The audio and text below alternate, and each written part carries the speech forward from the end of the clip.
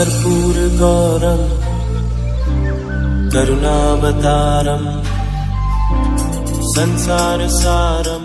ओम शिवाय, जय माता दी। पुनः स्वागत है आप सभी का। आज बात करेंगे, हम विषय ले लेंगे मंत्र सिद्धि के ऊपर। मंत्र की सिद्धि क्या होती है, मंत्र कैसे धारण करना चाहिए, गुरु नहीं है तो गुरु कैसे धारण करना चाहिए, और श्रेष्ठतम गुरु तत्व का आवाहन कैसे करना चाहिए। सिद्धि आ जाती है, इसका क्या अर्थ है, सिद्धि आने के पश्चात क्या क्या बदलाव देखने को मिलते हैं। तो हम यहाँ पर ब्रह्मांड का जो मूल मंत्र है, हमारे अनुभव में जैसे गुरु माँ ने हमारे को सिखाया है, उसी अनुभव के अनुसार या हमारा जहाँ प्रीति है जिस मंत्र के साथ, वह मंत्र है ओम नमः शिवाय। ये ब्रह्मांड का मूल मंत्र हम इसे मानते हैं। अब इसके बारे में कुछ चीज़ें आपको जाननी बहुत आवश्यक है। आप इसे ऐसे समझिए, आप जातक हैं, साधारण जातक हैं, और आप जो है आपकी प्रीति है ओम नमः शिवाय मंत्र के साथ, महादेव के साथ, और आप अपने नित्य दिनचर्या में इसका अभ्यास करना चाहते हैं। तो मूल यह रहेगा किसी भी मंत्र की प्राप्ति के लिए कि अगर आपके गुरु नहीं हैं तो स्वयं की इच्छा से आप कोई भी मंत्र ग्रहण नहीं कर सकते हो। यही नियम है।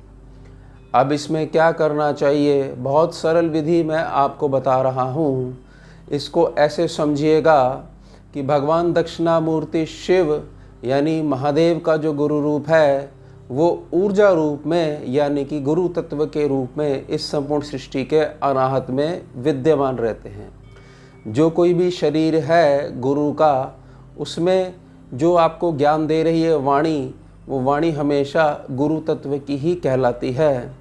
अर्थात कि कोई शरीर भी आपका गुरु हो सकता है, कोई घटना भी आपका गुरु बन सकती है, और कोई विचार भी आपके गुरु बन सकते हैं। तो अब क्या करना है, बहुत साधारण विधि है कि शिव महापुराण जो हैं, भगवान शिव महापुराण जो हैं, आप उनको लेके आइए और उसका अध्ययन करना शुरू करिए। ओम नमः शिवाय मंत्र जो है, कई बार उसमें बहुत जगह वर्णित है। जहाँ ही आपको पहली दृष्टि में मंत्र के दर्शन हो, आप अपनी स्वयं की दृष्टि से देखेंगे, उसी समय आप भगवान शिव महापुराण को प्रार्थना करेंगे कि मैं गुरु तत्व के रूप में आपका आवाहन करता हूँ, आपको मैं अपने गुरु तत्व के रूप में स्वीकार करता हूँ। आपकी प्रेरणा से जो आपने मेरे अनाहत में, मेरे मन में जो भावना उत्पन्न करी है, इस भावना से मैं प्रेरणा लेते हुए यह मंत्र आप मुझे दे रहे हो, इसे मैं स्वीकार करता हूँ। तो यहाँ क्या हुआ कि आपने स्वयं के मन से प्रेरणा तो ली, लेकिन वो प्रेरणा का आधार जो बने, वो बने भगवान शिव महापुराण। और अब आपके गुरु आ गए जीवन में। इस बात को ध्यान रखिएगा, गुरु शरीर नहीं होता है, गुरु एलिमेंट है, गुरु तत्व है, और तत्व किसी भी माध्यम से आपको ज्ञान दे सकता है। वो बोलेगा भी नहीं, और कोई घटना आपके सामने घटनाक्रम ऐसा कर देगा। कौन? भगवान शिव का ही गुरु रूप, ईश्वरीय तत्व का ही जो गुरु रूप है, उसी को गुरु तत्व कहते हैं। अब आपके जीवन में गुरु आ गए हैं, अकेले नहीं हो आप। अब आपको क्या हुआ, मंत्र प्राप्त हो गया। अब हम बात करेंगे कि ओम नमः शिवाय जो मंत्र है, ये जो मूल मंत्र है, इसकी जब सिद्धि की बात आती है तो सिद्धि का पहले अर्थ क्या है। सिद्धि का अर्थ सिर्फ और सिर्फ एक मूल यही बना रहता है कि मानव के पास दो प्रकार के मन हैं। पहला है साधारण मन जो हमेशा चलायमान रहता है, और एक है बहुत ज़्यादा सोने वाला मन जो सोया रहता है, जिसको हम क्या बोलते हैं, उसको बोलते हैं अवचेतन मन। ताकत के आधार पर अवचेतन मन की ताकत बहुत ज़्यादा है, लेकिन ये दोनों ही मन आपस में जुड़े हुए हैं, और अज्ञानतावश आप इनको सुप्रीम मान लेते हो, लेकिन ये आपके लिए ही कार्य करते हैं। जाने अनजाने आपने इनको कमांड देकर एक प्रकार से पावर दे दी है, और फिर ऐसा इनको आपने कमांड दी है कि आप मेरे ऊपर शासन करो, लेकिन मूल यही सत्य बना रहता है कि ये आपके लिए काम करते हैं, आप इनके लिए कार्य नहीं करते हो। तो सिद्धि की जब बात आएगी तो मंत्र सिद्ध हो गया। सिद्ध होने का मतलब है कि पहले मुझे बैठना पड़ता था मंत्र जपने के लिए, मंत्र की धारणा करने के लिए।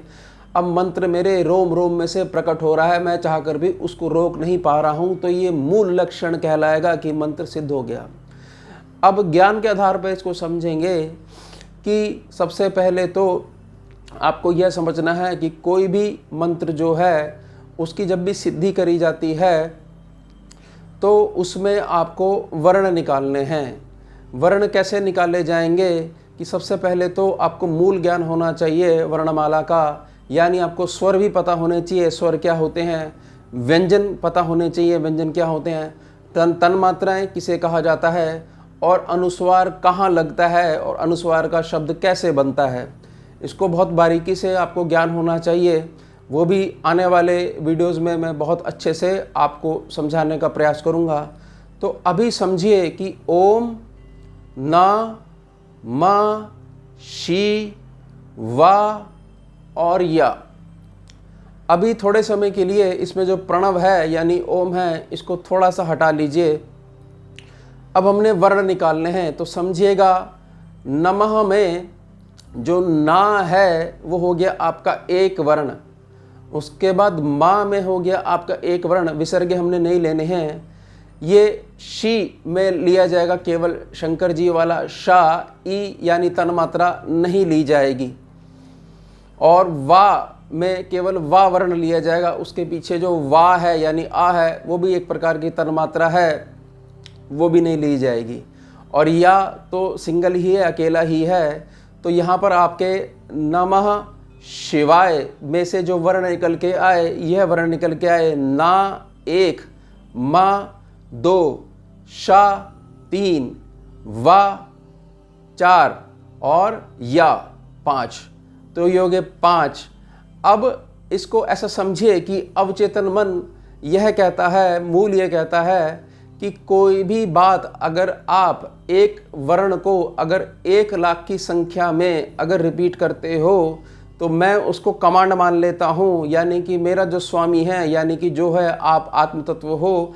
आपने जैसे जैसे जपना शुरू करा तो वो मन और फिर अवचेतन मन उसका अनुसरण करते हैं, तो उसके पश्चात यह सिद्धि आ जाती है कि अब हमारे को जपने की आवश्यकता नहीं रही है, हमारे अंदर मंत्र जो है बहने लग रहा है, हमारे रक्त के साथ जो है हमारी रक्त वाहिनियों में बह रहा है, और हमारे रोम रोम में से एक ही आवाज़ आ रही है, ओम नमः शिवाय। अब इसमें और अधिक गहरा उतरने के लिए जो पहले प्रणव था यानी ओम था, उसको भी आप जोड़ लीजिए। तो नमः शिवाय में हो गए 5 वर्ण और एक ओम जोड़ लीजिए, तो 5 और 1 हो गए 6। तो यानी कि अब आपने इसको मल्टीप्लाई कर लेना है 1 लाख की संख्या से। यानी कि अगर आप बहुत अच्छे से ओम नमः शिवाय 6 लाख जप लोगे तो यहाँ पर यह कहा जाएगा कि केवल अवचेतन मन की प्रकृति और गणना के आधार पर वह मंत्र सिद्ध माना जाएगा। इसके पश्चात जब ये 6 लाख की संख्या आप कर लोगे तो कम से कम 11 माला नित्य आपको करनी पड़ेगी। इसको कहा जाता है मंत्र की पालना।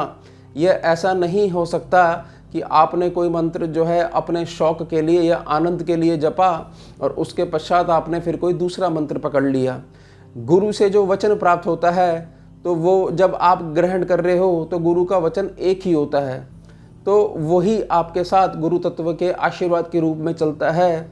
तो जीवन में एक ही गुरु यानी कि एक ही मंत्र जो है वो गुरु मंत्र के रूप में विद्यमान रहता है, गुरु के रूप में, गुरु आशीष के रूप में विद्यमान रहता है। इस बात का ध्यान करिएगा। ऐसा हो ही नहीं सकता, क्योंकि गणित की जो कैलकुलेशन है उसमें कोई भी संख्या जब शुरू हो जाती है तो वो ख़त्म नहीं हो सकती है।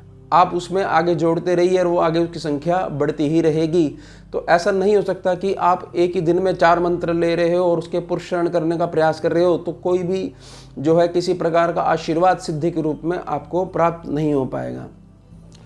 तो अब आपने समझ लिया गुरु तत्व कैसे धारण करना है और मंत्र कैसे ग्रहण करना है, और मंत्र की सिद्धि का मूल अर्थ क्या है। यह कोई ऐसा नहीं है कि जिस दिन आपके पास 6 लाख की संख्या हो जाएगी उस दिन जो है आपके लिए सूरज अपना मार्ग बदल लेंगे, नहीं। यह केवल आपकी जो चेतना है, जो मूल आधार में अटकी हुई है, वो चेतना ऊर्ध्वरेता भवा का आशीर्वाद प्राप्त करते हुए, ग्रहण करते हुए मंत्र की ऊर्जा से और ऊपर उठना प्रारंभ कर देगी, जिसको कि मूल स्कैनिंग में कुंडलिनी शक्ति कहा जाता है। यानी कि वो जागृत हो जाएगी और इससे केवल आपके चेतना का स्तर और जो सत्व गुण हैं वो आपके अंदर विद्यमान होने प्रारंभ हो जाएंगे। सबसे पहले ये समझिएगा कि इसका नियम लेना जरूरी है। और नियम कैसे लिया जाता है, आपको संकल्प लेना पड़ेगा। तो संकल्प लेने के लिए महाशिव पुराण को ही आप साक्षी मानिएगा, भगवान शिव को ही साक्षी मानिएगा, जगदम्बा माता पार्वती को साक्षी मानिएगा और उन्हीं से प्रेरणा लेते हुए आप संकल्प लीजिएगा कि मैं इतनी इतनी संख्या एक दिन में मैं कर सकता हूँ। और एक हिसाब लगा लीजिएगा और रुद्राक्ष की माला लेके आइएगा। रुद्राक्ष की माला के लिए प्रार्थना ऐसे करी गई है कि गुरु माँ ने शिक्षा दी है उसके अनुभव के अनुसार कि जो कोई भी मंत्र रुद्राक्ष की माला पे जपा जाता है तो उसका पुण्य फल जो है 10 गुना ज़्यादा प्राप्त होता है। लेकिन रुद्राक्ष की जो माला है, ये कोई भी और जो माला है, उसमें सुमेरु के नियम आपको पता होने चाहिए। क्योंकि जो भी ऊर्जा आपको प्राप्त होगी तो किसी बाहरी आप सोर्स का अगर सहारा ले रहे हो तो उसके साथ वो नियम चल के आएंगे। अगर कोई व्यक्ति अपनी श्वास में ओम नमः शिवाय जप रहा है, जैसे श्वास ले रहा है तो ओम नमः शिवाय और श्वास छोड़ रहा है तो ओम नमः शिवाय कर रहा है, तो कोई भी किसी प्रकार का नियम उस पर लागू नहीं होगा, क्योंकि वो बाहरी किसी भी तत्व को, किसी भी वस्तु को छू नहीं रहा है। केवल अपने मन में ही और श्वास में ही उस मंत्र को घुमा रहा है और वो मंत्र धीरे धीरे श्वास के साथ साथ आगे सुषुम्ना नाड़ी में घर्षण करना शुरू कर देगा और प्रारब्ध के साथ जो है वो एक प्रकार का समन्वय स्थापित करना शुरू कर देगा और संचित जो कर्म है वो जलने प्रारंभ हो जाएंगे। खैर ये थोड़ा सा गहरा विषय हो जाएगा, इसको आने वाले भागों में हम समझेंगे। तो अब आपने क्या करना है कि मूल पता होना चाहिए। और 108 दाने होते हैं रुद्राक्षी माला में, तो एक माला अगर आपने करी तो मूल में यह गिना जाएगा कि 108 बार आपने ओम नमः शिवाय करा है। लेकिन जो नियम है माला का, रुद्राक्ष की माला का, तो उसमें जो 100 है वो केवल 100 ही गिने जाएंगे और जो 8 की संख्या है उनको गिना ही नहीं जाता है। जैसे आपके जब आप मंत्र कर रहे हो उस समय आपका ध्यान कहीं चला गया, आपको थोड़ा सा हिलना पड़ा, आपका ध्यान भटक गया, भंग हो गया, या ऐसी कोई ज़रूरी बात थी जो एकदम से आपको आसन छोड़ना पड़ा, तो ये सारी जो अशुद्धियां हैं तो वो काटने के लिए जो 8 की जो संख्या है, 108 में से जो 8 बचे, जो दाने बचे, जो आपके 8 आहुतियां हैं, आवृत्तियां हैं, वो उसमें कट जाती हैं डेली। यानी कि एक माला पे जो है आपको मंत्र तो 108 बार करना पड़ेगा, लेकिन वो गिना जाएगा केवल आपका 100 बारी। यह नियम ध्यान रखिएगा और इसी हिसाब को नोट करके आप आगे बढ़िएगा। इसमें 2 चीज़ें होनी बहुत ज़्यादा आवश्यक है। एक, साक्ष्य के लिए आपके पास दीपक जरूर होना चाहिए और दीपक इतना ही होना चाहिए कि आपको ये पता हो कि जब भी मैं बैठता हूँ तो मुझे 40 मिनट लगते हैं जितना मैंने माला का संकल्प लिया है। तो 40 मिनट से ज़्यादा जो है वो नहीं जले, बहुत लंबा नहीं जले, केवल वो साक्ष्य है कि मैं आपके अग्निदेव आपके साक्ष्य में जो है मैं ये कर रहा हूँ। और एक कुश घास का आसन आपने लेके आना है जिससे कि जो मंत्र जाप की जो ऊर्जा है वो अर्थिंग नहीं हो जाए, तो आपका बेस मजबूत होगा, तो मंत्र का जो पुण्य फल है वो आपके पास बना रहेगा।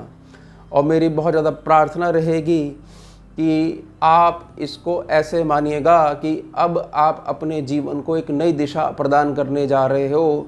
इसको ऐसे बिल्कुल मत लीजिएगा कि हमारी बहुत सारी परेशानियां थी इसलिए ही हम जो है ये मंत्र कर रहे हैं और हमारी कोई परेशानी जो है सॉल्व नहीं हुई। हम एक प्रकार का व्यापार करने आए थे कि देखें इसको ऐसा करने से कुछ होता है, और जो है भगवान ने अगर परीक्षा ली तो हम तो वहाँ से भाग जाएंगे, हमें तो केवल सुख चाहिए। तो आप जो है इस क्षेत्र में मत आइएगा, मेरी बड़ी प्रार्थना रहेगी। यह तो श्रद्धा का, भावना का और समर्पण का क्षेत्र है। और जब इतना ज़्यादा आप मंत्र जप ही लोगे तो आप खुद समझिए तो कौन हिम्मत करेगा आपके सामने खड़े होने की। महादेव का जो हाथ है सदैव आपके सिर पे बना ही रहेगा, आपके सभी परिवार के सदस्यों पे उनकी कृपा बनी ही रहेगी। तो उनसे बड़ा कौन है, कौन सी उनके रहते हुए मुसीबत आपको छेड़ लेगी या ग्रह जो है विषम प्रभाव दे देंगे, ये तो आपका सोचना है। तो संकल्प लीजिएगा, हे महादेव मैं ये संकल्प ले रहा हूँ, भगवान शिव महापुराण के रूप में गुरु तत्व ने यानी आपके ईश्वरीय तत्व के गुरु रूप ने ही मुझे प्रेरणा दी, मुझे आशीर्वाद दिया और मैंने ये मंत्र ग्रहण करा और अब मैं जप रहा हूँ और मैं संकल्प लेता हूँ इतनी मालाओं का। और मैं आपसे प्रार्थना करता हूँ कि ऐसे ही मैं सदैव आपकी गोद में बैठा रहूं, आपका प्रेम मुझ पे बना रहे और सदैव ये जो जीवन है इसमें आप मेरा मार्गदर्शन करते रहें। ये आप मांग लोगे तो आपको सब कुछ प्राप्त हो जाएगा।